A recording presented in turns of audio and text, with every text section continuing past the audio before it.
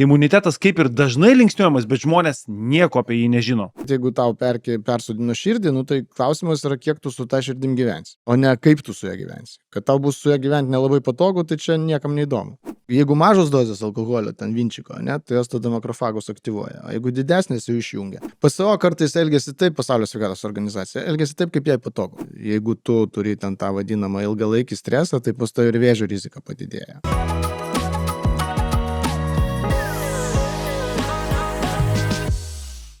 Ne. Vilnius. Mes, matai, perkelti laboratoriją kažkur kitur yra reikalų. Tai laboratorija tai nėra vienas kompas ir ten kažkoks tai kavos aparatas. Tai ten yra ten žmonių klausimas, judėjimas rautų ir taip toliau. Čia sudėtingas aparatas, sakykime taip. O žiūrėk, kaip apskritai su imunitetu Lietuvoje reikalai? Nu, toks keistas klausimas. Ta prasme, kokia mes esam tauta iš principo, kalbant apie, ar mes tokio tvirto imuniteto esam, ar buvom tvirto ir dabar jau nebesam, ar panašiai. Kaip visas šiaurinės tautos, mes turim problemų su imunitetu, nes yra, matai, kaip... Čia paprašiau paaiškinti, aš vėlgi iškart pasisakau, nekalbėsiu aukštom frazėm, tai imunologai atleiskit kartais, žinai, tada specialistai sako, ką tu čia pasakėjai, žinai.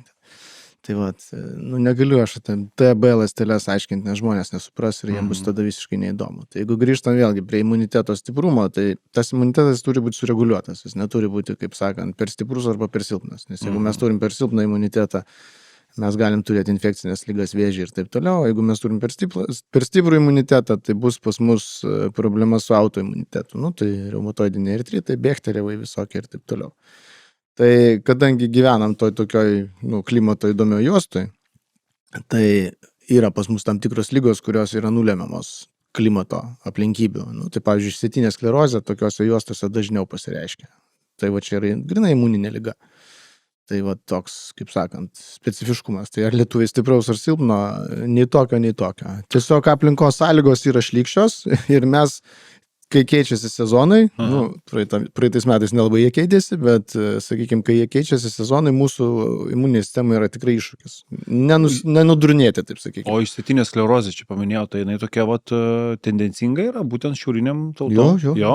Praktiškai, jeigu gimęs vaikas yra Italijoje kokio nors ir augęs ten pirmus 7 metus Italijoje, tai jisai turi labai mažą riziką po to pervažiavęs, sakykime, į Lietuvą susirgti išsėtinę sklerozę. Tai, toks yra dalykas. Ta vadinkim predispozicija kažkokia, tai imprintingas.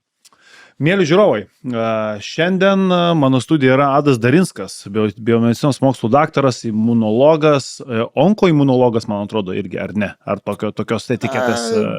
Čia vėlgi, gali pasakyti imunogenetikas, tai dar bus blogiau. Tai tada viską apriepiam. Tai jo, teisingai. Ir žmogus, kuris labai domisi ir agingu, arba senėjimu, arba amžėjimu, dar kitaip tariant, tai mes pakalbėsime ir apie šią sąsają šiandien, o tinklalaidės, Alano tinklalaidės tikslas, kaip visada paliesti jūsų protą, kūną arba sielą ir tuo pačiu atskleisti labai aktualią temą, apie kurią, Adai, nuoširdžiai sakau, tikrai nelengva rasti medžiagos. Jeigu jos ir yra, ją dar reikia ir įvertinti. Tai atrodo, imunitetas labai dažnai linksniuojamas, bet man atrodo, kad priešingai negu cukrus, mityba, fizinis aktyvumas, tokios dažniausiai populiariausios temos, imunitetas kaip ir dažnai linksniuojamas, bet žmonės nieko apie jį nežino. Ar aš galiu taip drąsiai sakyti, kad žmonės nežino, kas yra imunitetas, todėl mano tikslas šiandien yra skleisti, būtent galbūt truputį ir sudėtingesniais žodžiais, galbūt truputį ir lengvesniais žmonėm prieinamais. Žinau, kad tai yra praktiškai neįmanoma. Ar dar antras klausimas iš karto eina, Adai, ar tiesa, kad imunologas pats nesupranta, kaip veikia imuninė sistema, kabutėse, Labai dažnu atveju tinklalaidžių klausytojai yra tik klausytojai, jie nėra prenumeratoriai, todėl mes, podcastų kūrėjai, labai kviečiame jūs dažnai prenumeruoti, paspausti skambutį, uždėti tą patį laiką, pakomentuoti kažką, nes tokiu būdu podcastas yra plačiau girdimas, geriau žinomas ir mes galime kurti jums daug geresnį turinį. Tad kviečiame būtent tai ir padaryti ir gazuojam. Nuo to ir norėjau pradėti. Rimtai. Kad tiek, kiek mes žinom apie imunitetą, tai turbūt kokie 10% maksimum. Wow. Kas nors pasakytų, ten koks nors mandresnis imunologas, kad ne, čia daugiau, bet netiesa. Manau, kad vėlgi, nepamirškime, kad tai yra imuninė sistema. Imunitetas čia yra tiesiog bendras pavadinimas. O kai mes turim omeny sistemą, tai jau pats supranti. Viskas nuo visko priklauso. Tai ten dalyvauja krūvos ląstelių, krūvos skirtingų ląstelių su skirtingom funkcijom. Ir tai yra, aš manyčiau, viena iš pagrindinių organizmo sistemų, kurie lemia taip, kaip tu jautiesi, kokia tavo nuotaika, kaip tu sensti, kaip tu gyveni, kada tu miršti ir taip toliau. Kadangi jisai apriepia viską, visų pirma, jisai labai glaudžiai yra susijęs su smegenų veikla, kaip tu stresą valdai, nes iš principo imuniteto pagrindinis kirvis, nes aš manau, kitas klausimas bus yra, kaip čia dabar sureguliuoti ten tą imunitetą, kas čia mums kenkia, nekenkia. Imunitetui kenkia pagrindę labai stipriai stresas.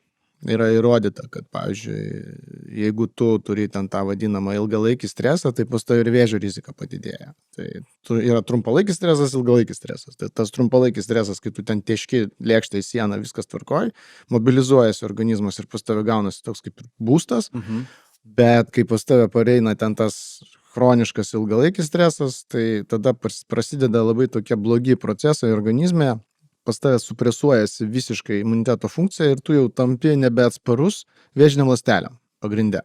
O vėžinės ląstelės pas mus yra visada. Tas, kas galvoja, kad jų nėra, tai labai stipriai klysta. Tai tu atsėdi, pas tavęs atsiranda po vieną vėžinę ląstelę, imunitetas ateina, sako, kas tu, aš čia tokia, teik čia, bam ir viskas. Bet, pavyzdžiui, tu esi chroniško streso, sakykime, tam onsite, kaip jis, apsėstyje. Tai atsiranda toks dalykas, kaip padidėja gliukokortikoidų sintezė, to visokių. Dexametazonas, prednizolondas yra iš tokių, kur imunosupresiniai hormonai, vaistai girdėti. Kurie slopina imunitetą. Tai mūsų antikščiai jos gamina. Tai iš principo, tu kai pradedi labai jau ten galvoti apie tos Afrikos vaikus, bus kai kurių negražių frazių, bet aiškiau tada skamba viskas. Tai ir labai giliai imi į širdį tą, tai pas tave tada antinkščiai padidėja, pradeda slopinti tavo imunitetą ir tos vėžinės ląstelės, kurios šiaip turėtų būti nužudytos tavo, tų imuninių ląstelių. Jos perauga į tokį didesnį kamuoliuką biškį, tas kamuoliukas tada pradeda formuoti pas save tokią šaiką, kuri jau pradeda apgavinėti imunitetą, korumpuoti visus tos policininkus, kurie važinėja, jau atiduoda, sako, ne, čia pas mus šiaip uždegimas, nieko čia nevyksta, mes ten, kaip sakant, patys susitvarkysim. Ir tada grubiai po kokių 4-5 metų po žmogų išlenda vėžys. Dažniausiai vėžys yra besimptomis pirmos antrose fazėse vystymosi, bet po to jau, kai jis pereina į trečią, tai ir supranta plist, pradeda jausti simptomai, nuovargis, skausmas ir taip toliau. Jau ir tada yra problema. Tada jau reikia gydyti, jau tada nebe, kaip sakant, su profilaktika nebeišsisuksi. Dar truputį grįšiu. Labai įdomu, jau iš karto čia klausimai tokie sukinėjasi ir apie tą draugų būrį, kuris ten cirkuliuoja pas mus kažkur, tai ir apie tą pamatymą, įsiminimą, mes irgi apie tai būtinai dar pakalbėsime, su tais vizualiniais tokiais apibūdinimais. Nukeliavo mintis į pandeminį laikotarpį. Per pandemiją tai buvo labai išsiskyrusios nuomonės, imunologai tai apskritai yra tokie žmonės, kurie, kaip ir sakom, 10% atrodo žino, bet mes eina kalba, mes kalbam, jie kalba, jie spekuliuoja, jie dalinasi žiniomis apie tokią sistemą, kuri realiai, kaip ir minėjo Tadai, jinai ir nuostabiai mus fainus daro ir tuo pačiu fatališkų sprendimų padaro mūsų organizmui. Tai ir kada kalbama apie imunitetą, tuo pandeminiu laikotarpiu labai nuomonės išsiskyrė. Ir tai buvo keista klausyti, kad vieni kalba taip, kiti kalba taip. Ir tada jau tikrai žmonės buvo pasimetę. Bet man ne tada įdomu, kas buvo. O dabar praėjo laikmetis, kokios pasiekmes yra pandemijos imunitetui mūsų žmonių, aplinkos ir apskritai, kaip specialistai šiandien kalba apie tą periodą. Apie tai praktiškai niekas nekalbėjo. Aš negirdėjau, nežinau. Įdomu išgirsti, Adai. Nėra čia kur daug labai sukti. Pandemija pasibaigė 2022 metų vasario 24 dieną, kai Rusija užpuolė jau oficialiai Ukrainą. Tai ir baigėsi visas tas covidas. Iki to laiko mes ten durniavom su tom visom covidiniam problemom. Iš principo sureagavo visi taip, kaip turėjo sureaguoti. Mes nežinojom, kas yra tas per virusas, nes kaip ir girdėjai pats, ten tų kalbų yra visokių, kad jis ten dirbtinis, amerikonai, kinai ten prigalvoja, šikšnosparniai kažkas kažką suvalgė, kažkas kažką numylėjo ir taip toliau, ir kažkas gavosi, ne?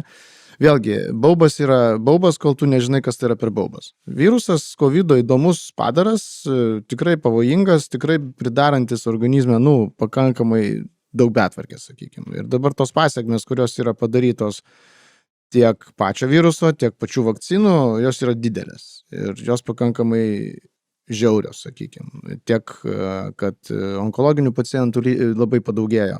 Ir dabar pradeda aiškėti, kodėl jų padaugėjo. Ta prasme, atkritusių. Jie tie, kurie buvo remisijoje toj vadinamoje, ne, jie pradėjo atkritinėti ir mirinėti, sakykime, taip. Dėl to, kad šitas virusas, jisai sugeba sukelti imunosupresinės būsenas. Dabar jau mokslas iš tikrųjų, kadangi yra fundamentalus ir yra aplikuojamas mokslas, tai fundamentalus mokslas pradėjo aiškintis, kas vyksta su imuninė sistema COVID akivaizdoje. Ir pamatė, kad šitas virusas sugeba sukelti imuninę supresiją, kaip ir dauguma virusų iš principo, bet dabar ir išsiaiškino mechanizmą, kaip tas vyksta. Tai dabar iš esmės pradėjo aiškėti, kodėl tų vėžinių pacientų labai daug atkrito. Ir jie susirgo ir gan stipriai susirgo. Aišku, į ligoninės buvo sunkiau patekti, žinai, ir tiesiog priežiūra buvo tada atidėta, bet iš principo ir jie patys sunkiau sirgo. Taip pat buvo ir su neurologiniais pacientais ir taip toliau. Čia tiesiog, ta tokia informacija, kurios niekas neskelbia. Čia daktarai tarpusavy šnekasi. Bet tas virusas taip, jisai padarė daug žalos. Sakykime, klausimas, ar jis būtų padarę žalą su ta restrikcija, kokia buvo pas mus ir kokios nebuvo Švedijoje, ar nebūtų padaręs, tai čia yra jau toks atviras, jau nepamatuosi, kontrolės nėra. Bet švedai ne ką mažiau ar daugiau nukentėjo, negu visi kiti, kurie ten užsidarė ir žalius pasus darė. Ta prasme, viskas tas pats. Kinija, kuris taikė pačius griežčiausius reikalavimus, viskas tas pats praėjo. Ta prasme, šitos ispankos variantas ten 1918 metai. Tenai, kai ten daug žmonių labai numirė pagal visą šitą reikalą. Tai lygiai tą patį atspindi. Virusas staigiai, netgi tuo metu, kai tiek žmonių nekeliavo kaip dabar, jisai staigiai apsuko pasaulį, visus numarino silpnesnius ir viskas. Ir paliko taip, kaip yra. Mes dabar, kadangi daugiau investavom to mokslo vadinamo, mes dabar daugiau išsiaiškinam, ką tas spike baltymas daro, kiek ten tos žalos yra, ir taip toliau. Atsiranda, aišku, tos grupės, kurios ten pradėjo ten tos plazmidės ieškoti kraujyje, ten joje galima pasirodo rasti ir ten taip toliau, ten tas viruso, tos vakcinos nelabai švarios buvo ir taip toliau. Čia toks biški akmenukas į FDA, tą vadinamą Europos vaistų agentūros arba tos Amerikos FDA daržą, nes taip, jeigu taip negražiai pasakyti, Hebra padarė gerą eksperimentą. Ta prasme, labai greit prasuko tą, ko šiaip normaliom sąlygom neleistų prasukinėti. Ir žinok, pikta, nes, iš esmės, vaistam, vakcinom yra taikomi griežti kontrolės tyrimų rezultatų, tie reikalavimai, o čia dabar kažkoks Pfizeris atėjo, kažkam sumokėjo, ta pati Merkel kažkur ten pakišta, ar kažkokia ten ta, ne Merkel, kita, ten ta mūsų, ten ta Europos komisija. Bandė kažkokia. Ten ta, kur atsit kažkas tai sumokėjo, nesumokėjo, aišku, kad sumokėjo, nes matė, kai vakcina kišama buvo. Ta prasme, visiems pagal lovną turėjo būti sukišta, suleista ir taip toliau. O kad tenai dar yra cirkuliuojančių DNR, kurios pakankamai stabilios, niekas apie tai nešnekėjo. Įdomus faktas tai, kad dabar tos farmacijos kompanijos ir pačios kelia rankas ir pripažįsta visą tai, pripažįsta apie kažkokius... Geriau yra 10 minučių paraudonuoti ir prisijimti kaltę ir po to sakyti, žiūrėk, už tai uždirbau kiek. Negu ten po to, žinai, nusimetinėti kažką. Jau įrodyta viskas yra. Žinot, tai, man skaudžiausia yra tai, kad ten ne tai, kad ten kas ten buvo peršama, kišama, reikėjo, nereikėjo, įrodyta, neįrodyta stadijos praeitos, bet kokios pasiekmes. Žmonės tikrai yra nukentėję, tikrai yra kai kurie pasilpę, kai kurie, kaip sakėte, ir onkologiniai ligoniai gal neatlaikė kažko. To labiausiai gaila, kad žmonių gyvenimo tai yra rekomendacijos, ką daryti. Išsiaiškinom, kaip pasakiau, daug ką išsiaiškinom, kaip tas virusas veikia. Tai, pavyzdžiui, visiems rekomendacijos, kas turi po to COVID, sakykime, ilgą tą vadinamą long COVID nuovargį, silpnumą, dar kažką, labai paprasta pigi rekomendacija. Aspirinas ir užtenka. Ta prasme, reikia tiesiog naikinti amiloidą, kuris cirkuliuoja kraujyje. Jisai užkiša mažuosius kapiliarus, nepraeina eritrocitai, neužmaitina, sakykime, organų krauju ir tada gaunasi ta vadinama išėmė, dusimas pačio audinio. Ir tada prasideda tos visos, tie nuovargiai ir visa kita. Tai pats paprasčiausias būdas yra aspirinas. Gerai, Adai, tęskime toliau, yra čia kaip yra, apie tą patį imunitetą, yra tokios labai garsios frazės, jas visi žino, bet tikriausiai reikia vis tiek paaiškinimo, apie ką tai yra. Na, aš labai mėgstu savo laidose vis tiek mechanizmus paliesti, tai nori, mes turėsime tai paliesti ir galbūt dabar pradėkime nuo to. Įgimtas imunitetas, įgytas imunitetas. Du dalykai. Apie juos ir tada po truputėlį pereisim vis dėlto prie to, kas būna, kada kažkas tai patenka į mūsų organizmą, kokiais atvejais ten veikia viena, kita sistemėlė, vieni draugai, kiti draugai, skirtingos ląstelės ir taip toliau, kad žmogus bendrą vaizdą susidarytų, kas nutinka, kokie procesėliai tie vyksta organizme, nes tokiu būdu, didesnės motyvacijos yra kitas iki saugoti, išlaikyti, harmonizuoti ir taip toliau. Tai dabar apie įgimtą ir įgytą imunitetą. Kas tai yra per imunitetai? Ar tai yra taip, kaip mes ir suprantam, pažodžiui, ir kokie yra tokie svarbiausi faktai iš to, ką reikėtų žinoti ir kur žmonės daro klaidas arba nesupranta kažko. Čia taip, kad jau labai nesigilinti, paprasčiau pasakyti, yra tas, taip, jie atitinka tos pavadinimus, tai įgimtas yra ta, kad tu gauni gimęs, tai reiškia, kad tu gali apsisaugoti su, sakykime, bendrais bruožais nuo tų patogenų, kurie tave puola. Iš principo, pasaulis yra surėdytas taip, tu esi kaip ir padaras, kurį visi nori suvalgyti. Čia taip yra. Mėsos gabalas, ne? Sunkiau čia pasakyti, mėsos gabalas tai yra tavo raumuo, bet tu pats esi labai sudėtinga, unikali, nuostabi sistema, kurią sukūrė gamta evoliucijos metu. Ir tą padarą, sakykime, tą sistemą nori kažkas sunaikinti, nes jinai toj sistemai mato daug, sakykime, ten energijos. Nes viskas yra energija, iš esmės, tai yra energijos mainai. Tai iš principo tave visą laiką puola virusai, bakterijos, grybai. Ir tau reikia saugotis nuo tų grybų. Tai tas įgimtas imunitetas, jisai turi tos basic mechanizmus, kurie pas tave yra jau tiek kūno skysčiuose, tiek, sakykime, visuose ten baltymuose, kad jie gali tam tikrus patogenus sunaikinti. Tiesiog faktas toks yra. Komplemento sistema. Kai pakliūna, pavyzdžiui, viena bakterija pas tave į kraują, ir yra tokios baltymų molekulės, labai fainai jos pasidaro, jos tiesiog atpažįsta tą bakteriją, susirenkančios senelės padaro skylę ir ta bakterija išdvėsta, dėl to, kad visas tos žarnos išlėkia laukančinai.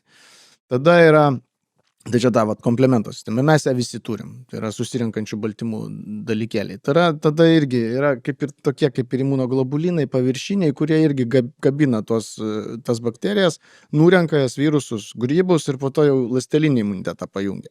Nes įgytas imunitetas daugiau jisai pasijungia su ląsteliniu atminties imunitetu, ką išmoksti. Tai vakcinacijos po susidūrimo su virusais, su bakterijom, su grybais, pas tave organizme jau formuojasi imuninės ląstelės, imuniniai skysčiai, tie vadinami baltymai, antikūnai, kurie jau gali specifiškai tam tikrus atpažinti. Arba sukelti alergijas, pavyzdžiui, irgi, ten alergenų generacijos ir taip toliau. Tai čia tas įgyto imuniteto, būtent čia jau žinai, kaip tavo už šitą studijų knygelę, kiek jau pas tavę dalykų yra išlaikyta, tai pas tavę yra lygiai tas pats su įgytu imunitetu. O kaip iš vis įgyjamas yra, jisai per mamą, tiesiog iš motinos ateina? Tai kol tu ar čia yra genetiškai kažkas? Žindi papus, tai tu gauni ten tuos visus per pieną, pirmus mėnesius gauni per pieną antikūnus vadinamus, kurie tave saugo, po to jau ten tas pienas bevertis iš principo yra, vėlgi, kažkas pasakys, kad čia, žinai, nemaitinkit ten tų vaikų daugiau 6 mėnesių. Nėra prasmės iš tikrųjų. Bet, sakau, tu įgyji, bet pas vaiką, pas kūdikius, naujagimius, yra viena problema, čia reikėtų ją paminėti, gal kas nors išgirs, nes jos niekas negirdi. PSO kartais elgiasi taip, Pasaulio sveikatos organizacija, elgiasi taip, kaip jai patogu. Tai dabar tų vaikų vargšų skiepijimas nuo nulinio amžiaus yra, tarp kitko, nusikaltimas. Juos reiktų skiepinti nuo 6 mėnesių, nes iki 6 mėnesių pas jos su imunitetu tenai yra reikalų, pas jos nelabai susiformavę yra tiek atmintinės mechanizmai, tiek ląsteliniai visokie dalykai ir kad tu jį ten skiepiji, ten 1, 2, 3 mėnesį, nėra jam gerai. Ta prasme, geriau pastumti tas schemites ir iki 6 mėnesių su to vaiku nelandžioti ten po visokių, supranti, kalnus vaikščioti pas savo ten draugus ar dar kažkur, geriau truputėlį pasisaugoti. Ir tada tą vaiką nuo 6 mėnesių jau gali skiepti, no problem, ta prasme, viskas tvarkoja. Bet iki 6 mėnesių yra pavojus. Čia tik pas mus ar apskritai? Visam pasaulyje taip yra. Nu, taip daroma, nes taip patogiau yra. Nes, nu, vėlgi, ką tu apsaugosi ir po to paaiškinsi, ten, vat, nuėjo kažkur, tai užsikrėtė dar kažką, tai per tos 3 mėnesius. Nu. O klausykit, Tadai, dar apie tą patį įgytą imunitetą, apie žindymą, apie mamą. Ar ten yra kažkur tai toje stadijoje vėl susijusi su vienu iš šitų vat, etapų momentas, kuris po to į kažkokias alergijas vystosi, kažko negauna, kažkur tai mama savęs galbūt neprižiūrėjo, arba ten kažkur tai buvo kažkokia... Ne. Čia greičiausiai vėlgi mes kabinam tą temą per daug švarių namų. Vėlgi, tos alergijos visos atsiranda dėl to, bent jau taip yra dabar kol kas rašoma, galvojama ir numanoma, kad mes augam per švario aplinkoje, vaikas nesusiduria va tam savo 6 mėnesių laikotarpį su tam tikrais antigenais ir jisai gauna kaip ir atsparumą tiem antigenam. Tai vat mes labai nedaug žinom apie tuos 6 pirmus mėnesius, kurie yra pakankamai svarbus. Nes vat, tuo momentu pas tave gali organizme tiesiog vystytis tam tikri atsako mechanizmai, kurie po to lems alergijas. Ir vat kai tu atneši tą vaiką, sakykime, tą euroremontą vadinamą, nebėra nei tų erkučių, nei dulkyčių, nieko nėra. Vaikelis jau nieko negali nuo žemės paimti, tai jis nebesimoko. Imuninė sistema mokosi. Tai va tas įgytas imunitetas, apie kurį mes šnekam, jis yra labai svarbus. Įgimtas imunitetas gerai, jisai basic, ten va, grinai, kad tu vaikščiodamas po lauką, nepradėtum sirgti, žinai, ir snargliuotis. Taip. O jau kad įgytas imunitetas jau pas tave, jisai išmoksta, žino ir žino, ką reikia atitinkamai reaguoti. Tai reiškia nekelti alerginių reakcijų, o kelti ten apsaugos reakcijas, sakykime, nu ir taip toliau.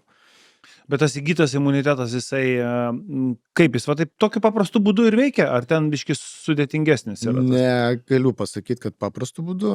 Imunitetas iš esmės. Tiesiog kažkas ateina, o ten atpažįsta, ten, o čia nieko baisaus, tai mes jau dabar žinosim, kas čia ateina. Paprastai tariant, galim taip pasakyti, jo. Jisai kažkas ateina, jisai turi tam tikras grandinės, sureaguoja ir tada arba sunaikina, arba nutildo, arba tiesiog kažkaip tai sutvarko tą visą reikalą, suvalgo ir suvartoja, sakykime. Gerai, apskritai, nu tarkim, patenka į mūsų organizmą bakterija, virusas, kas dar gali, grybai patekti. Grybai, jo. Senos ląstelės, vėžinės ląstelės, ta prasme, pilna pas mus visokių šiukšlių. Ir viduje, jo, savų atliekų metabolinių įvairiausių ir taip toliau. Kaip veikia, vat, kas pirmas, kur signalas nueina? Tai bakterijos turi tam tikras ant savęs paviršiaus molekulės, į kurias labai staigiai reaguoja tavo imuninės ląstelės. Tai tiek T limfocitai, T limfocitai po to skirstosi ten į helperius, ten į visokius citotoksinius limfocitus, kurie arba tiesiai puola, arba ten aktyvuoja ten tas visos antikūnų gamybos grandis ir taip toliau. Bet čia mes nesigilinsim, nes čia to nereikia gilintis. Tiesiog kai kurios vakcinos gali sukelti tik tai ląstelinio imuniteto, sakykime, eigą, o kai kurios gali sukelti tą vadinamą atmintį per plazminės ląsteles. Nu, tai čia per B ląsteles. Nu, bet tai čia sakau. Mechanizmai pagal antigenus, tai yra vat, būtent paviršinius tuos patogenus, nu, kokius jie antigenus neša. Nu, tai jie atitinkamai yra tam evoliuciškai nusistovėjusios grandis, kurios sistemos reaguoja. Ar ląstelės reaguos, ar antikūnai formuosis, arba ir tas kartu. Žodžiu, padaryta taip, kad pas tave niekas viduje neaugtų. Bet yra viena problemytė, kad mes nesam viduje sterilus pasirodo.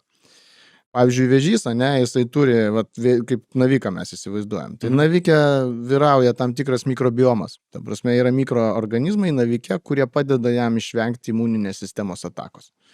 O atrodo, iš kur jie ten atsiras, o jie ten yra. Tai sakykime, tas žmogus, nu vėlgi, ta paradigma, kad mes sterilus viduje jau pradeda lūžti, kad mes nebesterilus viduje. Ir tas mikroorganizmų pasaulis mus tikrai labai stipriai moduliuoja. Aš vis dar negaliu patikėti, kaip paminėjot, kad 10% tik tai žinoti imuninį. Tai čia aš dar užkėliau. Užkėlė dar? Užkėliau, aš bijau sakyti gal 2, bet nesvarbu. Man atrodo, kad apskaitai pagrindas viso imuninės sistemos atradimo stovi ant 120 metų senumo atradimo, ne? Ten kažkokių tai Nobelio premijos laureatų, tokių 2, kurie ten pagrindė. Nu, mes pradėjom, sakykime taip, protingai rašyti, galų gale tą, ką mes jau pradėjom rašyti ir skaityti 100 metų bėgė, bet po to mes vėl viską užmirštam. Tai tuos rašytinius šaltinius, jeigu mes ten pakelsim kažkokias tai senas knygas, nu, mes gal rasim dar kažko įdomaus, bet tik jų reikia dasikapstyti. O apskritai ties kuom dabar, kokie yra tokie naujausi išradimai arba tokie, wow, efektą kažkokį tai imuniniam pasauliui ir apskritai, bet sakėt, kad 10%, žinau, gal tie 10% tai yra ta tokia bazė, kur tu jau, kai ją žinai, tai faktiškai ir gali viską tvarkyti, reguliuoti. Ar vis dėlto... Nu, vaikus daro tie, kurie net nesupranta iš vis, kur ką reikia daryti, jie gaunasi. Tai jiem net ir 1% nereikia suprasti, ne? Tai, nu, čia tiesiog toks sarkastiškas pavyzdys. Bet iš principo, tu turi turėti pamatus, pagrindus mąstymą. Kaip sistema veikia. Tai kur dabar visi lendam? Iš principo, tada, kai buvo, sakykime, 100 metų atgal, mes vos turėjome mikroskopą, ne? Ir su tuo mikroskopu pradėjome matyti ląsteles, kad kažkas vyksta. Tada pradėjo, sakykime, mūsų akis atsiverti. Ir mes pradedam vis labiau matyti mažus dalykus. O imunitetas ir visas organizmas ir visos iš principo sistemos, jos paremtos yra labai mažais daikteliais. Ir tie labai maži daikteliai neša iki nanometrų dydžio. Tai visas tas nanometrų pasaulis, jisai suformuoja tą makro visatą, vadinkim, mūsų tą makrokosmosą, mūsų organizmą, ką matau aš prieš save sėdintį, supranti, žmogų, aš žinau, kas jo viduje. Ir jeigu aš įlysiu iki detalių, tai aš galiu dabar praktiškai iki tavęs iki 10 nanometrų įlysti. Nu, praktiškai gal net ir iki nanometrų, žinot, kas vyksta. Prieš 5 metų aš to nežinojau. Aš galėjau su elektroniniu mikroskopu kažką pamatyti, žinai. Ir tada, spręsti, kas vyksta. Ten 53 tik tai DNR struktūrą dar atrado ir tai matematikai, žinai, ne biologai. Bet iš principo dabar akis atsivėrė. Ir kai tos akis atsiveria, tai tu pradedi matyti, kad ten, kas ten darosi. O gal tas genetikos mokslas labai stiprią pažangą darydamas irgi imunologijai padės arba kažkaip... Genetika yra matematika. Ten nieko nėra, ta prasme, aš nesakau, kad ten nėra nieko sudėtingo. Ten yra daug sudėtingų dalykų, bet ten yra švari matematika. Ten yra kodas, tas kodas koduoja ir tu turi žinoti, ką jis koduoja. Vėlgi, prasideda klausimai žemėlapių. Žemėlapiai, 1570 ten metais plaukė Amerikos ieškojo, žinai, be žemėlapių. Šiaip, maždaug ten, žinai. Atsitrenkė. Ir atsitrenkė, žinai. Tai panašiai dabar mes jaučiamės kaip maždaug 1800-ieji, pasaulis jau žinom, kad nebeplokščias, žinai, apvalus. Ir žinom, kad yra kažkokie žemėlapiai, kurie tave nukreipia kažkur. Tai čia lygiai taip pat su mūsų yra genetinių kodų. Mes nežinom, pavyzdžiui, kam reikalingi intronai, tam tikros sekos, kurios atseit nekoduoja. Bet jos koduoja.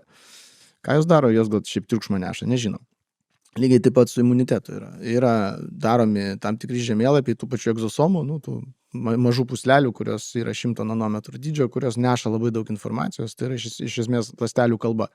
Jos kalbasi, jos sako, ką daryti. Ir tu su tom egzosomom gali ten pakreipti sakykime, tam tikrus procesus, tam tikras dalis. Tai kad jie vykdytų tam tikras funkcijas. Tai, čia sakau, mes dar kol kas labai daug nežinom. O pats domitės tuo amžėjimu, senėjimu, kaip tas amžėjimo ir senėjimo toksai, nežinau, kas čia dabar trendas, mada. Tai yra evoliucinis procesas, galų gale labai natūralus, kaip jisai susijęs su imunitetu ir tuo pasauliu apie nanometrų lygyje. Ten ir yra ta visa esmė, ne? Ne, tai mes senstam ir ta prasme mūsų imuninė sistema sensta, lygiai taip pat kaip mūsų kūnas sensta. Ir mes nesam sukonstruoti iš principo gyventi tiek ilgai, kiek mes dabar gyvenam. Tai pas tave kaip gyvenimo etapai? Ne, mes nesam sukonstruoti, tik kad atvirkščiai. Aš girdėjau 100 teorijų, kad mes iki 140 metų genetiškai užkoduojame. Čia bendra konstrukcija, bet iš principo pati gamta, pati evoliucija. Supratau. Ta visa terpė, kurioje mes esame. Jo, mano dievas yra evoliucija, sakykime, ne? Tai ne tas dėdė su barzda ant tos ikonos ar kažkur, o ten yra evoliucija, sakykime. Nes net nesakyčiau dievas, o driving force'as yra. Tai kadangi evoliucija yra pakankamai stipri jėga kaip gravitacija, kurios negali ignoruoti, nes vis tiek nekabam oregija, ne? Esam pritraukti. Tai lygiai taip pat su evoliucija. Tai evoliucija, jinai sudėliojus aiškiai etapais, kas kada vyksta. Gimsti, augi, subrendi, darai vaikus, augini vaikus, miršti. Kodėl vaisingumas žiauriai krenta nuo kiek metų? Praktiškai nuo 40 metų moteriai pastoti yra pakankamai sudėtinga. Dėl to, kad jinai jau pasensta. O kodėl? Dėl to, kad jinai jau jeigu 40 pagimdys, tai labai mažas šansas, kad jinai daugins tą vaiką iki 60. Nes ties 50 paprastai jau nebedalauks. Ne? Jeigu mes kalbėsim be antibiotikų, pradėsim gyventi visiškai natūraliai ir taip toliau, tai dauguma jau mūsų būtų nebegyvi. Žinai. Tai evoliucija jinai visiškai neturi emocijos, jinai turi tokia kaip varomąją jėgą ir tiesiog seni individai yra užklojami naujais individais. Ir visas tas procesas nuolat vyksta. Ir jeigu, sakykime, susiformuoja blogų individų gauja, tai tada jinai valdo. Gerų, jinai valdo, sakykime, ir taip toliau. Tai čia kalbam, tai tas pats yra su imunitetu, sakykime. Tai jeigu tu sensti, tai pas tai imunitetas sensta. O mes dabar, kadangi jau perteklinius amžius gyvenam, Nes jau kaip ir žmogus šiaip ties kem 5-50 jau viskas turėtų jau pasibaigti, ne? Tai, bet dabar mes jau gyvenam iki 75, nu vidurkis, ne? Tai pats imunitetas jisai pasensta, jau 60 jis pradeda pakankamai gerai eiti į duobę. Tai reiškia, kad jau tavo ląstelės nebegaudo tų visų vėžinių ląstelių, nebeišsivalo senų ląstelių, tų vadinamų zombie cells, tada reikalingos medžiagos analitikai, nu, va, kaip čia, žinai, prasideda visokie ten, ką mes čia valgysim, nes labai svarbu, ką tu valgai, kaip tu sportuoji, kaip tu gyveni ir tas va agingas, tas vadinamas, nu, senėjimo stabdymas. Atsukt kol kas senėjimo niekam nepavyko ir kol kas nepavyks, nes jau nuo pačio to apvaisinimo momento tu pradedi senti. Ir tas procesas jis ir eina biologiškai, genetiškai tu sensti. Pagal savo gyvenimo būdą, pagal savo, kaip tu elgiesi su savo kūnu, tu gali tą procesą pristabdyti. Bet kad tu visai sustabdysi jį, nu, arba atsuksi, dirbam su tuo klausimu, jeigu karo nebus ir čia visko neišnaikins atominės bombos, tai gal ties 30-40 metų mes jau galėsim atsukti saugiai ląstelę. Dabar kol kas mes ją galim atsukti labai nesaugiai. Tai tie visi nesaugus atsukimai gali baigtis liūdnai, tai yra vėžių, sakykime, ir pakankamai greitai. Tai geriau atsukinėti, nu, stabdyti, kol kas, ką mokam, ką suprantam, kiek mes ten suprantam iš tų, žinai, 1000 genų, kad neprisidaryt bėdos.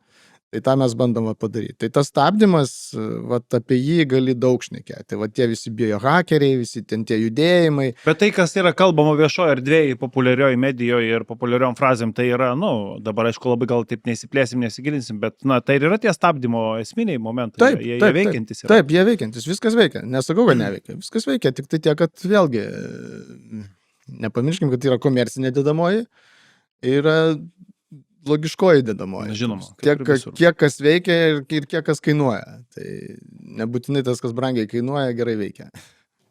Tiesiog taip yra.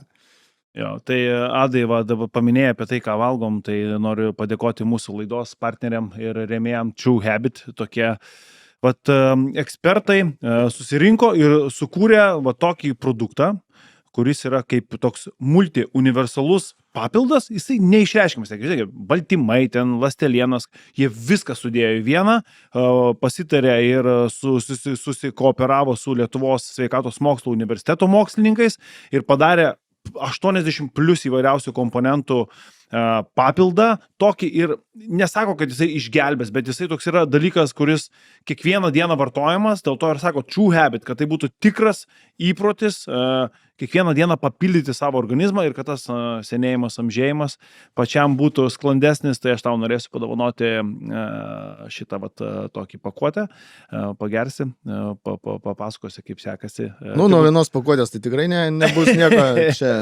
žinai, reikės turbūt True Habit ir įsivesti į savo gyvenimo ritmą, pažiūrėsim. Tada jau tikriausiai kaip įprotį, jo. Tai tegul dabar pastoviai, po to bus įteikta, tai ačiū dar kartelį ir beje, ten yra ir grybų, ir bakterijų. Mačiau, viskas ten gerai. Vėlgi, jeigu kalbėti apie mitybą, tai kad mūsų biocheminė mašina labai gerai veiktų, aš čia nereklamuoju, čia jie tave remia, manęs jie neremia, bet aš tiesiog sakau, kaip turi būti, žinai. Mes turim tikrai gauti pakankamai didelį kiekį to vadinamo kūro. Ir tas kūras, jisai turi būti pilnavertis.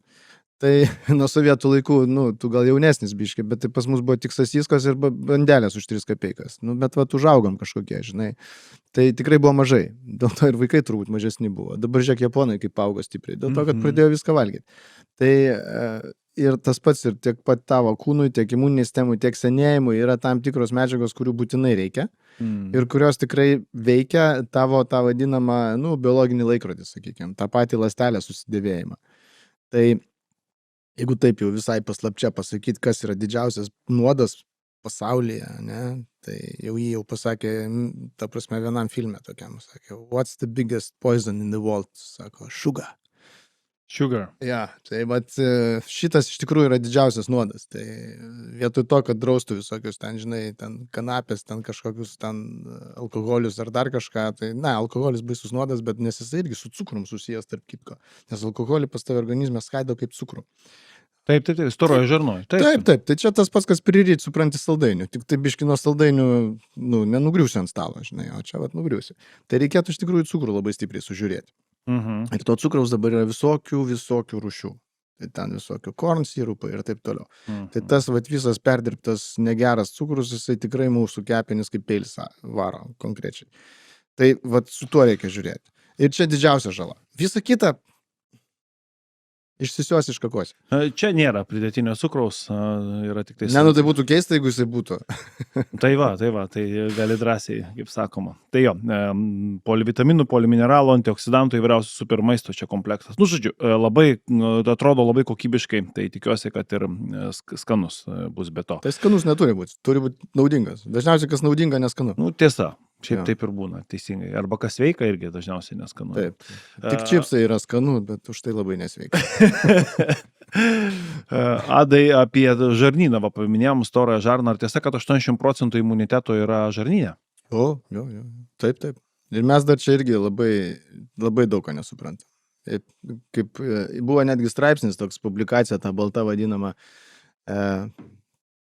mokslo gabaliukas iš šudelio, va taip vadinasi, toks pavadinimas. Tai va, iš to šudelio galima iš tikrųjų labai daug mokslo padaryti. Tai tenai, kas pas mus žarnose gyvena ir kaip tos, sakykime, bakterijos su mumis santykiauja tenai, tai mes daug ko nežinom. Jos gali lemti mūsų storumą, liesumą, energiją ir taip toliau, ir senėjimą taipogi. Tai dabar matuoti tą visą, kiek ten ko yra, tai vėlgi yra ganėtinai sudėtinga įvertinti, ką tu pamatuoji, dėl to, kad tas nuolat keičiasi. Nebent tu sėdi ant tos pačios dietos, sakykime, ant čipsų Coca-Colos, tai tada jo, pas tave ten per mėnesį susivienodins visą tą florą ir tu iškristalizuosi blogus patogenus, bet greičiausiai E. coli uždominuos ir bus blogai, nes jinai mėgsta cukrų ir tada jinai yra patogenas pakankamai blogas, jeigu jinai pagrindė ten dalyvauja. Bet ta flora, kuri pas mūsų viduje, jinai labai yra įvairi ir ta įvairovė apsprendžia mūsų sveiką gyvenseną. Ta prasme, kad mes gerai jaučiamės. Bet ir pats maistas turi būti tada įvairus. Bet neįtikėtina, 80%, tai reiškia, kiek ten yra gyvybės ir gyvenimo. Ten labai įdomu šiaip yra tas visas žarnyno sistema, pradedant nuo dvylikapirštės žarnų, aišku, ten skrandis, dvylikapirštė ir paskui keliaujant iki pat storoji žarna, tai iš vis įdomi labai su gimimu, kuomet vaikas gimsta, kaip ten pasisėja pirmosios bakterijos, nuo jų irgi tada labai daug kas priklauso į visam gyvenimui ir visą ateitį. Taip. Tai ne tik dar priklauso ir tai, ką motina valgo prieš ten nešiojant vaisių. O tas posakis, kad, aš dabar nešiu tai, ką noriu, tą valgau ir, žinai, man taip traukia čia, man taip jaučiasi, aš taip noriu ir nėra taip, kad prisidaro. Svarbu, kad nebadautų. Nes jeigu badauja, tai tada vaikai stori būna. O. Yra toks. Rimtai? Čia jau kažkokį genetikos lygį. Čia yra imprintingas genetinis. Jis yra ten ant mūsų tų geno kodo, yra ten metilo grupės. Tai čia tas vadinamas epigenetika vadinama. Tai čia yra tas geno paleidimas, išjungimas. Tai čia jinai badaudama, tu gali, sakykime, su savo tais habitais, kaip true habitai, tai su savo įpročiais gali keisti imprintingą iš principo. Vienus genus paleisti, kitus aktyvuoti, bet tai čia vėlgi yra mankšta, tą gali padaryti, ten tam tikra mityba, oksidacinės laipsnis ir taip toliau. Metilinimas, nemetilinimas, čia tos cheminės reakcijos. Toks konkretus klausimas, jau eiti prie tokių siauresnių. Kas labiausiai pakerta mūsų imunitetą? Gal aš iš vis esu girdėjęs tokį dalyką, kad nėra ten nukritusio imuniteto, kaip mes mėgstam sakyti, pasilpusio imuniteto, arba kaip užkelti imunitetą. Aš girdėjau, kad yra sakoma specialistų tarpe, kaip išsaugoti imunitetą. Ar teisingai?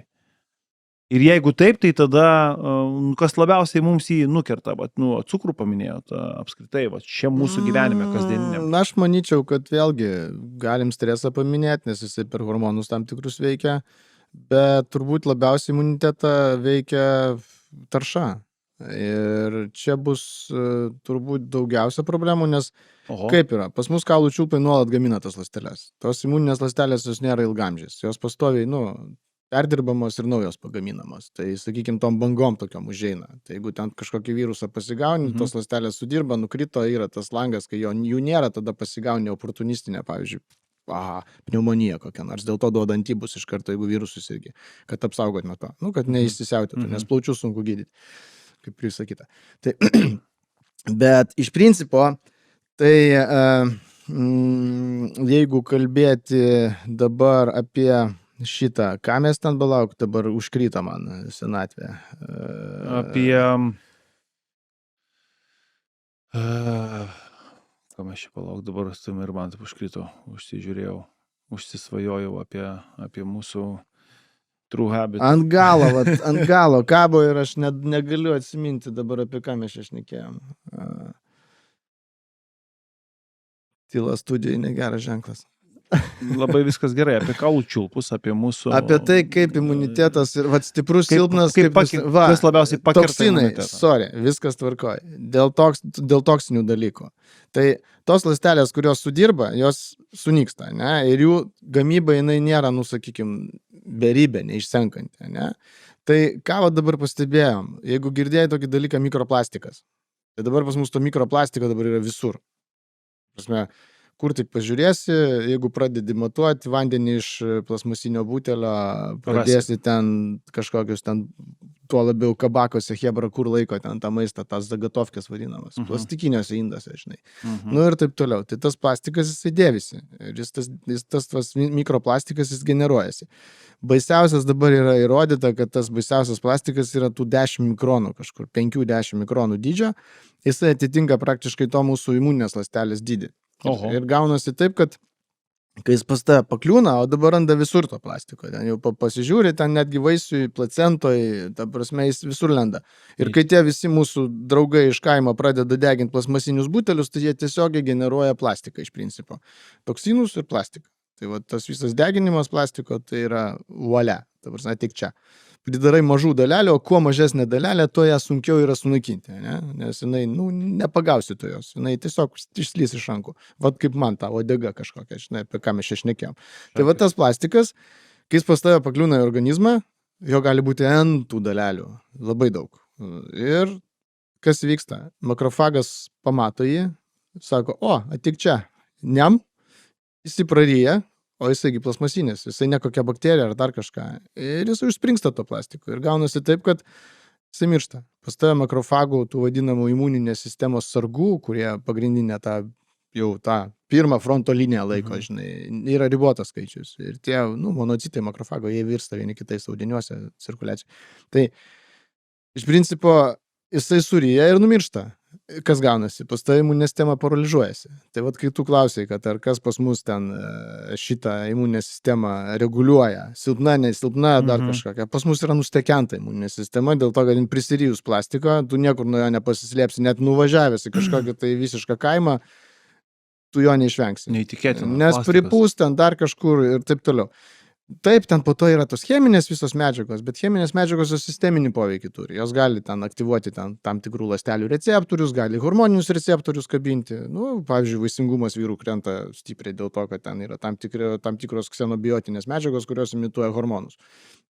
Ir tada gaunasi, kad, moteriškėjam, sakykime, ne, dėl to, kad nebėra. Sperma jau tampa 0, 0, žinai, ląstelių. Ir vaikų nebėra. Gal tokia revoliucijos eiga yra. Bet tas plastikas, jisai Chebra paskaičiavo, kad tu per mėnesį jo prikaupi apie žaidybinę kortą. Tokį kiekį. Wow, rimtai? Taip, savo organizme. Iš to, ką mes dabar turim. O kai jeigu paklausi, kokia šitos civilizacijos yra paskirtis, tai gaminti plastiką. Ir mes tą darom kuo puikiausiai. Neįtikėtina. Visur turi būti pakuotės, perpakuota, supakuota 8 kartus, 15 kartų ir taip toliau. Žiūrėk, iPhone'ą nusipirki, kol nulupi visus ten tos prezervatyvus, tai ten, žiūrėk, jau ir išsimeti. Anksčiau, kai mes rušiuodavom... Iš tiesų, aš labai daug plastiko išmetu. Tai pastebėk. Sąmoningai tiesiog to nedarau. Aš kai gyvenau 1986 metais, atsimenu, buvau šiukšlės atsakingas namie, žinai. Tai mes kibirą išneždavom kartą į savaitę. O 3 gyvenom, tėvas, mama, aš, žinai, savaitę kibirą. Per kiek tų kartų dabar, jeigu tu rušiuoji, ne, kai, sąmoningas žmogus esi ir rušiuoji, sakykime, yra nesąmoningi, kur nerušiuoja, tai čia keulės, vadinkime, aš drąsiai sakau, ir yra, kur rušiuoja, sakykime, tie jau kur biškiai aukštesnio lygio, tai gali iš karto atskirti žmogaus lygį, žinai. Tai tie rušiuojantis, aš realiai 2 maišus išnešu į dieną, ten tų visų išplautų, išvalytų plastikinių šiukšlių, žinai. Tos organinės oranžiniuose maišeliuose, puikiai idėja, gerbiu to žmonės. Realiai, į 3 dienas, į 4 tu tą visą maišą prikaupi, žinai.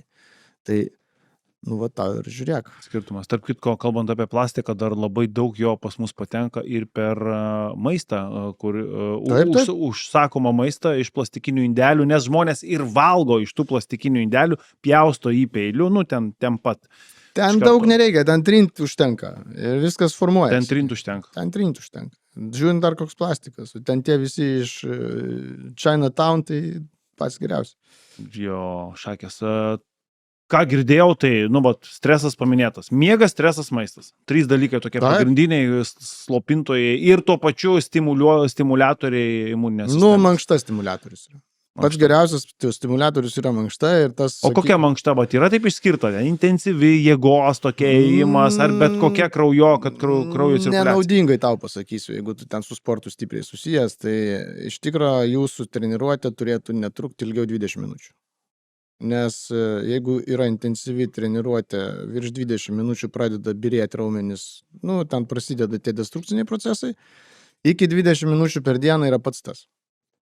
Intensyvios, geros treniruotės. Vienas geresnių yra vaikščiojimas. Greitas, normalus vaikščiojimas. Su lasdom, pelsdų, nesvarbu. O tie, kur jau ten hebra varo, žinai, po 1,5-2-3 valandas, mes nesam mašinos, mes nesukurti varyti be sustojimo. Gali 3 dienas į savaitę paskirti ten 1,5 valandos. Bet aš manau, kad tie, kur klubuose sėdi, tai jie ten į užpakalius daugiau dairosi, žinai, negu sportuoja.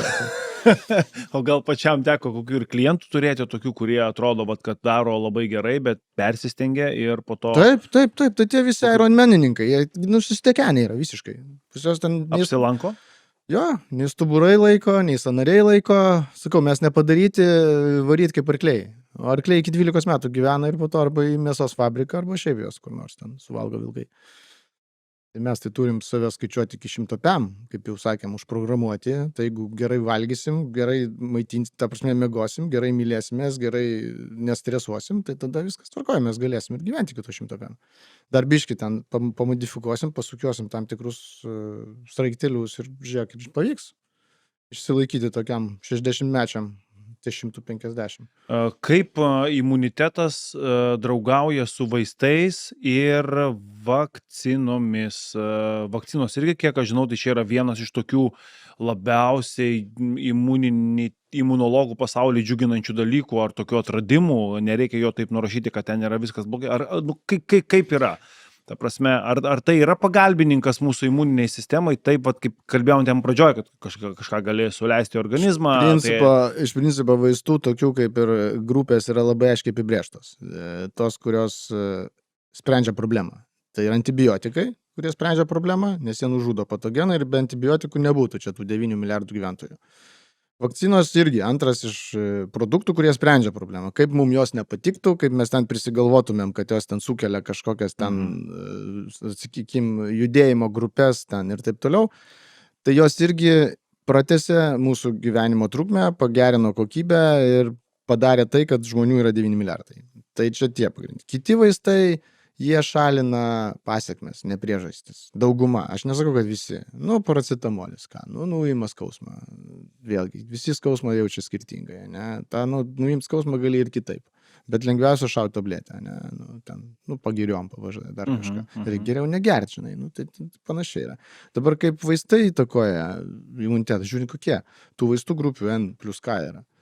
Tai tik tai tiek, kad vėlgi juos reikia žiūrėti kaip į metabolitus. Kiekviena cheminė medžiaga organizme metabolizuojama. Tai reiškia, ją pakeičia ir gali būti, kad jinai gali būti biški toksiška, biški netoksiška. Viskas eina čia, kepenai.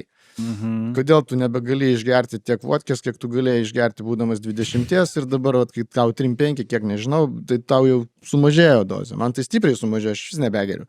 Aš irgi. Nes nebeišeina. Disogas ir jau žiūri, kad kažkas nebe taip, žinai. Tai geriau net nepradėti. Tai ir atsikrado, žiūrėk, Kselas metė, atsivėrė akis, sakė, wow, žiūrėk, visos problemos dingo. Tai iš tikro Lietuvos problema yra gerimas, nes jeigu farus įsijungus, žiūrėk, visos problemos nuo tų nusilakusių vargšų, žinai, o dėl to, kad jie nuo Sovietų Sąjungos įpratę tą daryti yra. Tegul eina sportuoti. Pavaikšto 15 kilometrų. Jo. Tai imunitetą vaistai veikia. Alkoholis veikia imunitetą, pavyzdžiui. Jeigu mažos dozės alkoholio, ten vinčiko, ne, tai jos tada makrofagus aktyvuoja. O jeigu didesnės, jau išjungia. Va, PVZ. Irgi vaistas, iš principo, etanolis. Įdomu. Užsveikatino mane mes čia. Užsveikatinam. O temperatūra. Puola ją iš karto slopinti, nors tai yra imuninės sistemos atsakas. Teisingai, tai yra tiesioginis mūsų imuninės sistemos atsakas, labai teisingas, geras. Kaip reikia elgtis, kaip reikia teisingai elgtis su temperatūros. Biofizikinė reakcija. Tai požymiais. reiškia, biofizikinė reakcija, tai reiškia, kad aukštesnė temperatūra greičiau viskas dauginasi. Tai ir tam tikriem patogenam nepatinka aukšta temperatūra. Jie ten prisitaikė tam tikrose siaurose ribose, pavyzdžiui, bakterijos kai kurios. Čia labai slidus klausimas. Geriau pakyla temperatūra iki tos jau nenormalios, varykite ligoninę. Neišdirbinėkite, ta prasme. Slopinimai, neslopinimai, jau ten tegul daktarai aiškinasi. Nes reikia žiūrėti, kas ją sukėlė. Ten jeigu jau 3-9, nebesėdėkit namie, važiuokit, žiūrėkit, kas ten yra. Nu, jeigu suaugęs žmogus, tai jis dar tos 3-9 gali sukontroliuoti, bet jeigu vaikas, tai vienareikšmiškai ne. Tik tai ligoninė. Tegul jie ten žiūri, kas, kur, kaip, kada, nes būna tokių atvejų, kad tu tiesiog nesupranti, kas vyksta, galvoji, kad čia viskas praeis ir baigėsi liūdnai.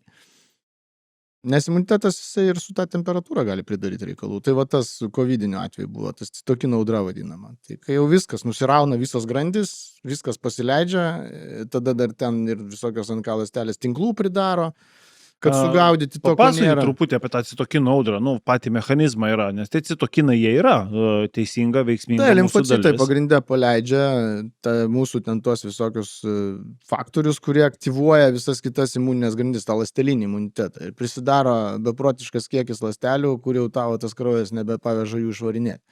Tada viskas kemšasi ir viskas miršta, iš principo. Taip paprastai tariant. Sakykime. Tiesiog chebros pasidaro labai daug. Iškart vienu momentu. Ir tu to negali sukontroliuoti. Nebeveikia nei deksametazonas, sakykime, prednizolonas kažkoks, belieka tik tai kažkaip mažinti tą temperatūrą, skiesti kraują ir taip toliau. Perpilimai ir visokie dalykai. Bet ten irgi kartais nebepadeda. Nusirauna, nebėra reguliatorinė, nes imunitetas turi tiek aktyvatorinės grandis ir reguliatorinės grandis. Tai tos, pavyzdžiui, irgi vėžio gydyme yra problema ta reguliatorinė grandis, kuri įsijungia ir sureguliuoja tam tikrus dalykus, kurių nereiktų sureguliuoti. Bet mes dar nemokam to pasakyti. Man tai, žinot, kas dar toks yra labai fainas, kaip neišmanančiam, tokį imuninis pasaulis man yra tokia labai tamsi kosminės rytis, kad transplantuojant organą, kūnas sako, čia ne mano, nors, identiškas, kito žmogaus, ta prasme, tokios pat kepenys, toks pats inkstas. Bet ne mano ir nori jį nužudyti, ta prasme, jisai neprigys, jeigu mes imunosupresantų kažkokių nesuleisime, jisai kaip yra? Kaip, visus organus svetimus atmes, dėl to ieško ten tų panašumų, bet yra tam tikri imunoprivilegijuoti organai. Kepenys yra tokios biški labiau toleruojamos, smegenys galėtų būti toleruojamos, seklydės galėtų būti toleruojamos, kiaušidės galėtų būti toleruojamos, nes jie yra tokie kaip ir užbarjeriniai organai, kurių imunitetas gali labai stipriai nekovoti. Bet čia tokia eksperimentinė transplantologija. Ta klasikinė transplantologija tai taip. Persodino visi ryja ten tuos imunosupresantus, nes kitaip atmes. Taip atmes. Nes... O kaip tada toliau? Tai ir sėdant tuo imunosupresantu. Taip ir sėdant tuo imunosupresantu. Rimtai? Taip, nes tavo barkodas ir mano barkodas mūsų imuniniai sistemai yra skirtingas. Gal po truputį. Ne, barkodai skiriasi. Ir tie barkodai visą laiką nervina imuninės ląsteles. Wow. Tos imuninės ląstelės visą laiką yra pasodinamas.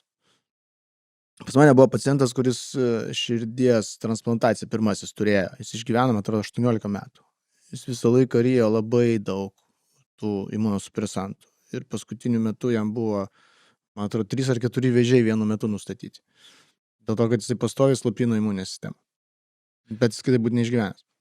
Dar pamačiau tokią savo užuominą pasirašęs, Adai, truputėlį nukrypsiu. Jo, tai kaulų čiulpai yra mūsų imuninių ląstelių gamykla.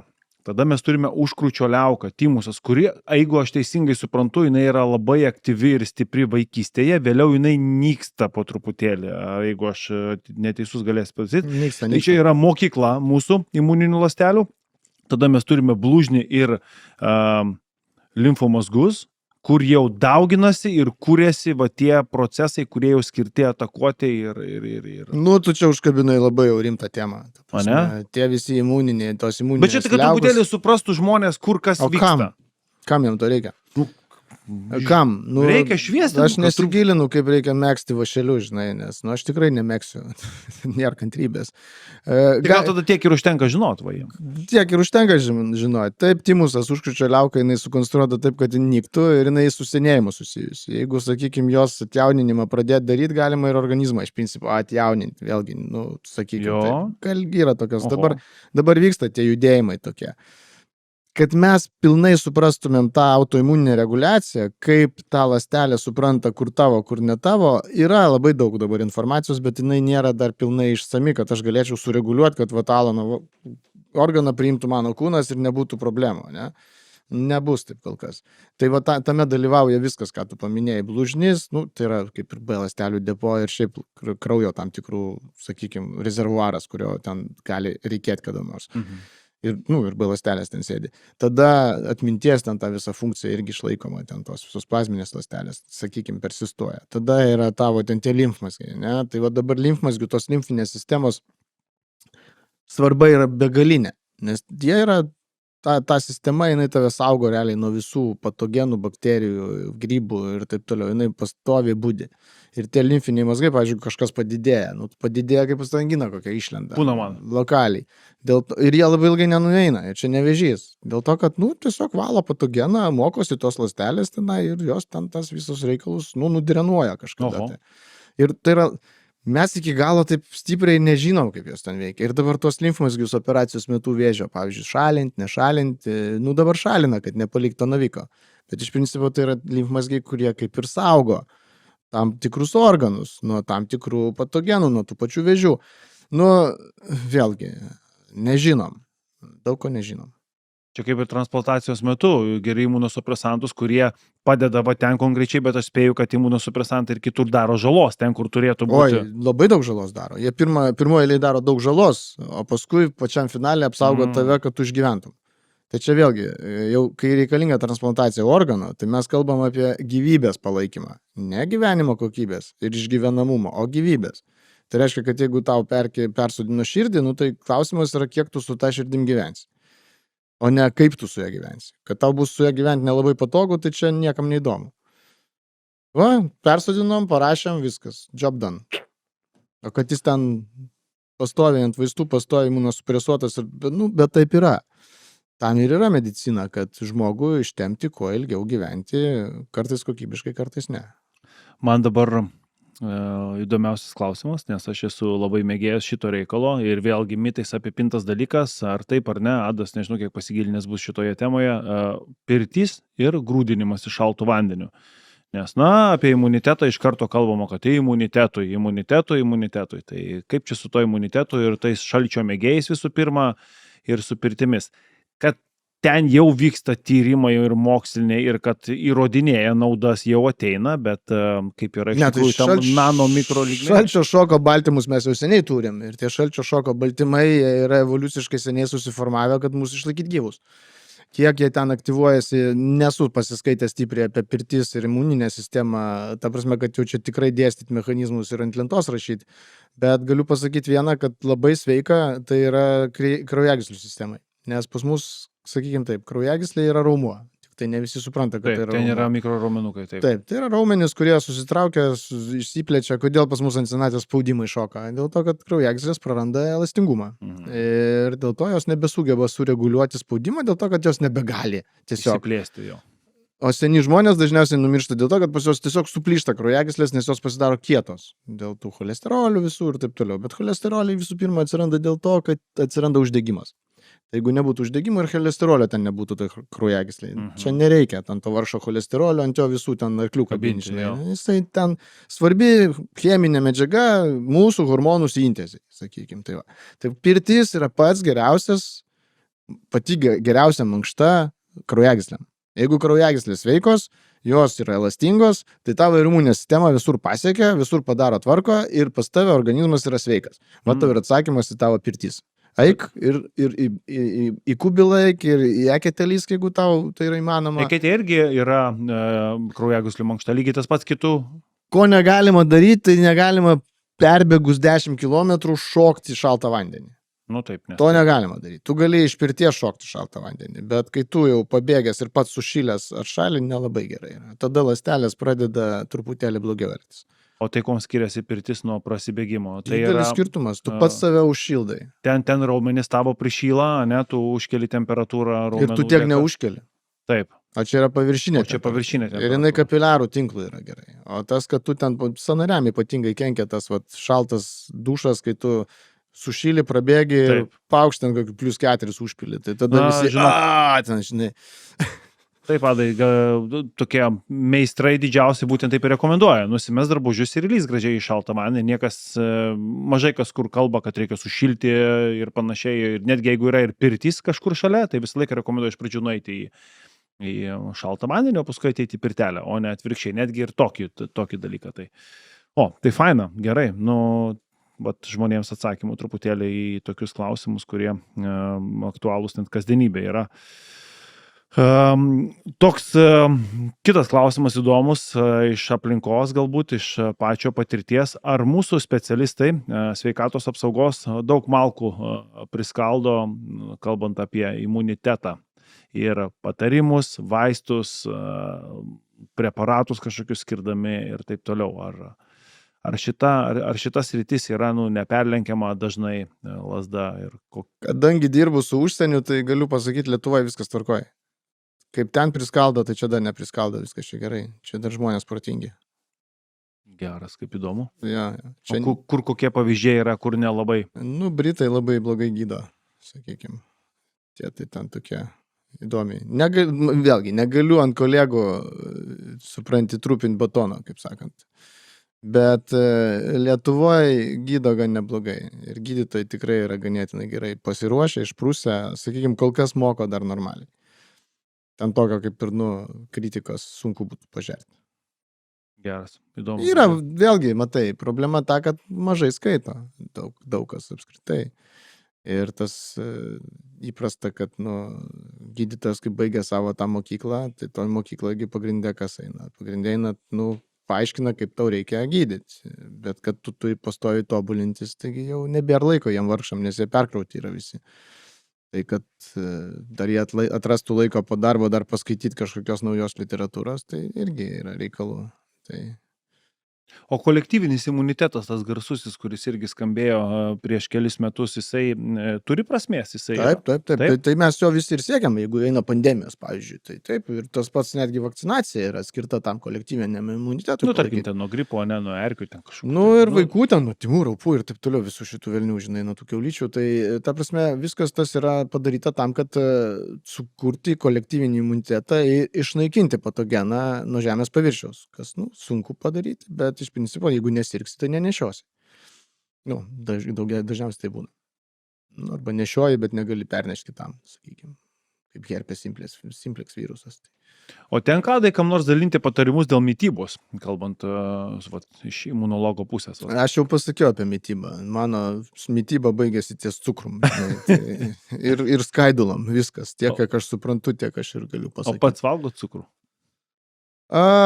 Iš mano kompozicijos galim pasakyti, kad aš turbūt viską valgau, bet nestorėjau, žinai. Tai gal turiu savo priekaištų tam tikrų dėl ten kelių kilogramų, bet tai, žinai, sensti ir matai, kaip metabolizmas keičiasi ir būtent senėjimo metu pats supranti, kad kažką jau reikia jau padėti, jau ten kokį surelį, žinai, dar kažką. Taip, valgau cukrų, kur tu be jo dėsies, ypatingai jeigu tu pradedi galvą dirbti, o tas būna, kad tikrai reikia daug skaityti, tai jau tiesiog reikalauja tas tavo protelis, kad tu sako, duok čia man tos gliukozės, nes aš jau to eisiu miegoti, žinai. Tai valgau, taip. O ką čia? Aš ne pavyzdys, ne.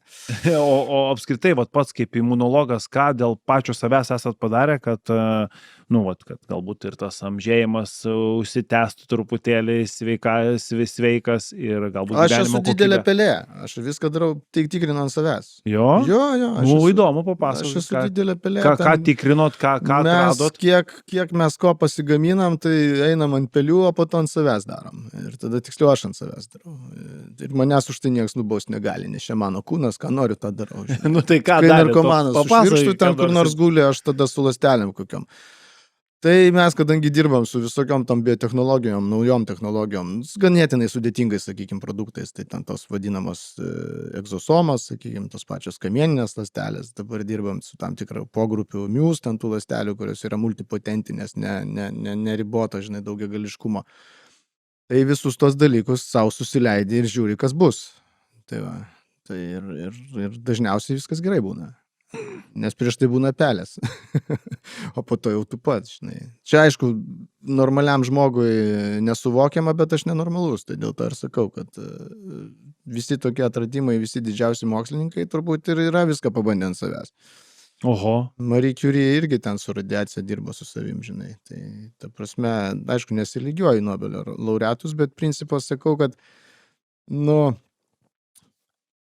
žingeidumas, žinių troškimas ir supratimas, nes tu nepaklausi kito, kaip jisai jaučiasi ir kas jam nutiko, žinai. Tu tik pats gali suprasti, kas įvyko. Ir jeigu pats prisidarysi, tai reiškia, kad egzaminą neišlaikei. Eik dar kartą ruoškis. Tai Ten grėsmės, ten gyvybei kokios. Ne, gyvybei dažniausiai grėsmės nėra. Gali šiaip ten nualpti, pakaršiuoti, dar kažką ten, bet tokių, kad ten numirsi, tai nedarai tokių nesąmonių, žinai.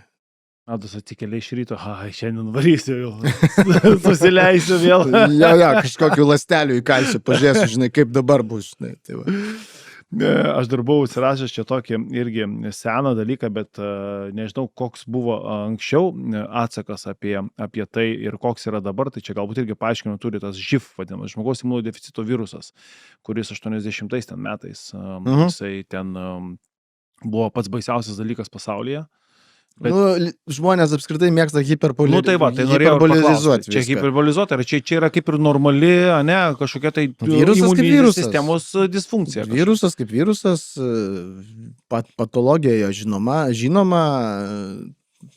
kaip, dabar valdomas, gydomas, yra vaistų, taip, puola tam tikras grupės. Kas tai yra iš vis per virusas? Ką jis daro? Jisai labiausiai plinta seksualiniu keliu. Tai yra virusas, kuris puola T limfocitus ir juos inaktyvuoja. Ir pastoviai imuninė sistema tada tampa imunosupresuota. Tam tikros Afrikos gentis turi tam tikrą receptorių, kuris neleidžia prisikabinti virusų ir yra atsparios tam virusui. Sakykime, tai pagal tuos atsparumo mechanizmus tu gali formuoti, pavyzdžiui, vaistų kūrimą, iš principo gydymo, visokius modelius ir taip toliau. Bet tai yra, klasikinis gražus virusėlis, kaip sifilis, pavyzdžiui, kažkas tokio. Bet sifilis ne virusas, tai bakterija. Toks graštelis įsisukantis, žinai. O čia šitas, toks, jisai yra mažesnis daug. Nes bakterijos virusai du skirtingi dalykai visiškai. Ir gydosi skirtingai. Virusus dažniausiai pats organizmas pagydo. Ir dar gal toks pabaigai truputėlį apie tyrimus. Tai kaip reikia išsiaiškinti apie savo tą imunitetą? Ką mes turime pastebėti? Kokie punktai galėtų būti? Ką mes turime pastebėti, kad imunitetas yra tas disbalansė kažkokiam, disharmonija, ar kaip mes mėgstam sakyti, pasilpęs. Arba kiek ilgai mes turime stebėti. Čia yra toks greitas, yra kažkoks tyrimas, nueini pasidarai, tau parodo, pasako, reikia kažkiek tai kartų pasidaryti per metus, iš ko, kaip ir panašiai. Klausimas ne man. Aš esu skeptiškas tyrimam. Dėl to, kad vėlgi aš labai praktiškas žmogus. Ta prasme, jeigu tu pamatavai kažką, tai tu turi matuoti ir daryti iš to išvadas. Imunitetas yra antiek sudėtinga ir antiek greitai besikeičianti sistema, kad jeigu tu ten ir padarysi tą mūsų vadinamą citometrinį ten tą ištipavimą tų ląstelių, tai nuvažiavęs su autobusu atgal namo, jau turėsi visiškai kitokį profilį tų imuninių ląstelių, nes, apčiaudės tave koks nors ten pilietis, žinai, ir pasikeis viskas gan žaibiškai. Tai tas toks, sakykime, tyrimas, mėtymas pinigų yra. Geriau tiesiog žiūrėk, kaip tavo organizmas jaučiasi. Jeigu dažnai surguliuoji, reiškia kažką ne taip darai. Jeigu, pavyzdžiui, puola dažnai visokios ten tos, nosis ten, peršalimo tos ligos vadinamos. Kažkas su žarnynu negerai, kažką ne taip valgai, kažkokių probiotikų nedavalgai. Prebiotika yra toks dalykas, tai tos vadinamos skaidulos. Ta prasme, aš pradėčiau nuo žarnyno. Jeigu tu nori laikyti sveiką imunitetą, pradedi žarnynu, tada mankšta, tada miegu, tada stresu, viskas. Žiūrėk, niekur nereikia babkių mokėti. Praktiškai viskas už dyką. Nu, išskyrus ten papildai kai kurie, žinai, kur tikrai reikia papildų. Ten vitaminas D būtinai reikalingas. Be vitamino D nieks neveikia tenai. O pas mus nėra vitamino D, ten saulėje, kad tu jo gausi, yra mišios. Ta prasme, atsiprašau, babučių pasakos. Negausi tu iš saulės vitamino D. Nu, nebent sudegsi, tada melanomos rizika padidės. Ta prasme, žinai, tai geriau valgyti. Tai, nu, maisto papildai, tai su vitaminu D. Tada cinkas, selenas, nu svarbu. Ta prasme, yra tam tikri mikroelementai, kurių būtinai reikia. Viskas, daugiau tau nieko nereikia. Nereikia ten 100 000 mokėti už tos papildus, matuotis ten tų telomerų, jos nieko neduoda. Nu, pasimatuosi, nu ir ką, nu ką tu ten pakeisi. Nu, reiškia pastresavai, eik pailsėk. Taip toliau. Viskas galvoj. Čia. Nes galva turi tiesioginį ryšį su imuninė sistema. Ten pas juos va toks kabelis, storas labai, optinis. Ir labai greitai viskas veikia. Signalų principų ar apskritai biochemija kažkokia? Kad aš žinočiau. Viskuom. Jo, koks yra sudėtingas tas pasaulis? O kokia yra pati sveikiausia tauta ar kryptis pasaulyje? Tai yra bliuzonos tos vadinamos. Tai jos teisingos, viskas ten gerai. Nu, iš imuniteto pusės, imunologijos, aš tokios labiau šiandien į tai kreipiu viskas. Ten ir bus? Turbūt, kad ten ir bus. Ten, kur saulė, ten, kur maistas. Ten, socialinė integracija. Integracija. Maistas šviežias. Dabar žuvis vėlgi mikroplastiko šaltinis ir sunkių metalų šaltinis. Tai nežinau, kaip ten su ta žuvim. Bet jo, ta prasme, kad ta labai sveikos tautos, tai turbūt nėra.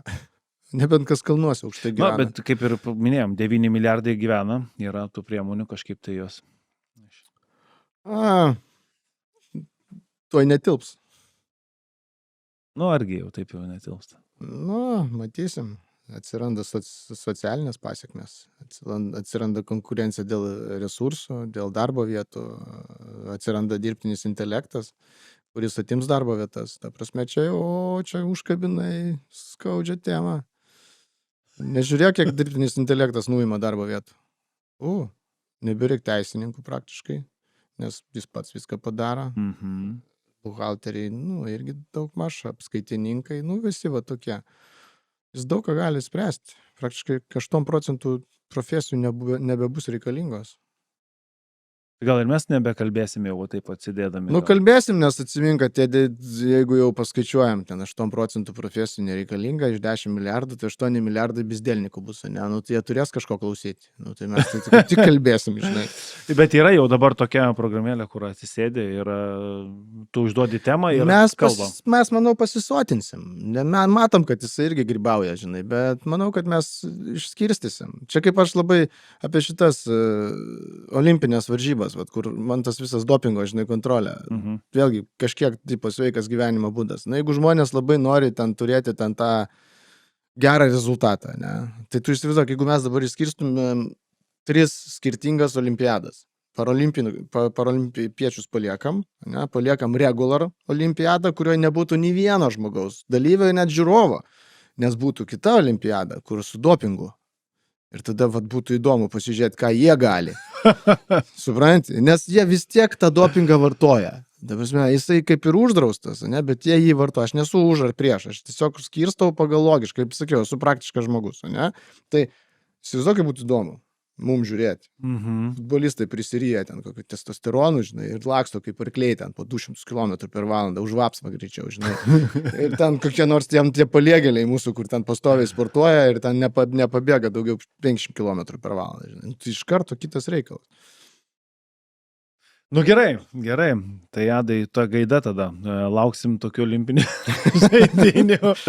Ja, gal tada ir į pabaigą. Tai nežinau, aš noriu žmonių klausti. Galbūt jūs norite kažką pridėti, galite visą laiką parašyti į komentarus savo nuomonę apie imuninę sistemą, kaip rūpinatės ją, kokių esate girdėję įdomių galbūt ar babučių, ar liaudies, ar galbūt mokslinių faktų, kurie stiprina mūsų imunitetą arba padeda jį išlaikyti. Pakomentuokite, ar jums patiko, ar nepatiko, uždėkit laiką, kaip visada, pirštą į viršų, nes šitas dalykas padeda plėstis mūsų žinioms aplinkui visur, spauskite mygtuką prenumeruoti, o mes šiandien jau pokalbį baigėme. Tai Adai, ačiū labai, kad atvykot, papasakote apie šitą pasaulį, uždaviau tokių ir smulkių klausimų ir plačių. Žinom, kad tai yra labai sudėtinga, Ir supratom dar kartelį išsiaiškinom, kad žmonėm reikia žinoti, kad juo reikia rūpintis imunitetu, į visą imuninę sistemą, bet nereikia ir perlenkti lazdos ir galvoti, kad viskas čia yra su kažkokia tai viena tablečiukė išsprendžiama tikriausiai, ne? Su viena tablečiukė niekas neišsprendžiama. Niekaip. Gerai. Ačiū. Ačiū Jums, viso, iki kito karto. Iki.